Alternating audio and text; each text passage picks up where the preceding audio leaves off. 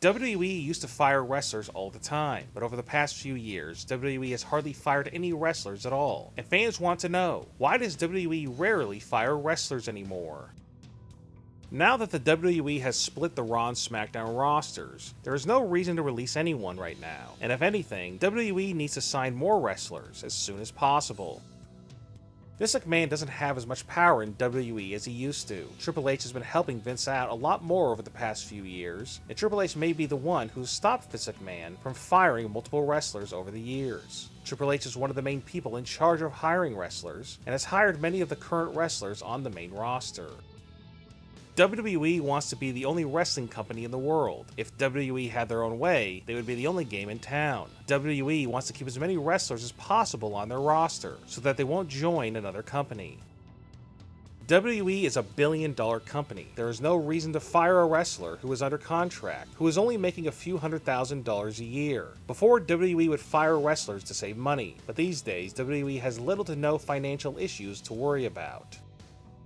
WWE makes it very difficult to get out of a contract. Rey Mysterio fought for over a year to get out of his contract, and CM Punk walked out of WWE, but the company didn't grant him his release until 4 months later.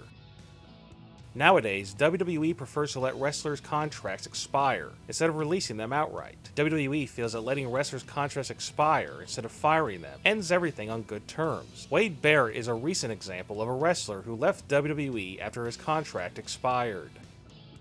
When WWE releases a wrestler, sometimes there is a backlash from fans and the media. When CM Punk was given his official release from WWE on his wedding day, fans became angry at WWE for doing this, and they still talk about it to this day. The negative reaction for firing certain wrestlers is definitely a strong reason why WWE hardly does it anymore.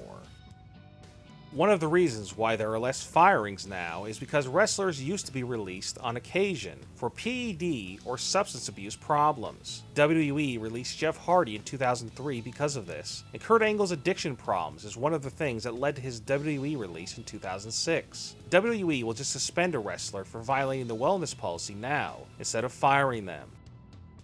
NXT is one of the few places where WWE releases wrestlers on a regular basis. Every few months, WWE will release wrestlers and announcers from NXT. Why WWE releases talent from NXT and rarely from the main roster is unknown, but wrestling insiders have speculated that it may have something to do with developmental wrestlers, not realizing what the WWE lifestyle entails, and also the fact that some of them are not advancing enough with their wrestling skills.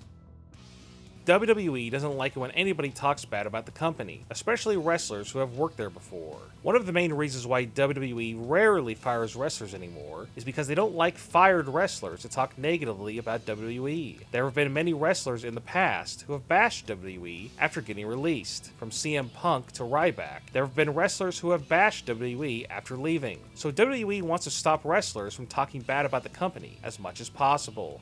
Why do you think WWE rarely fires wrestlers? Leave a comment and give me your opinion. And remember to subscribe for more WWE talk.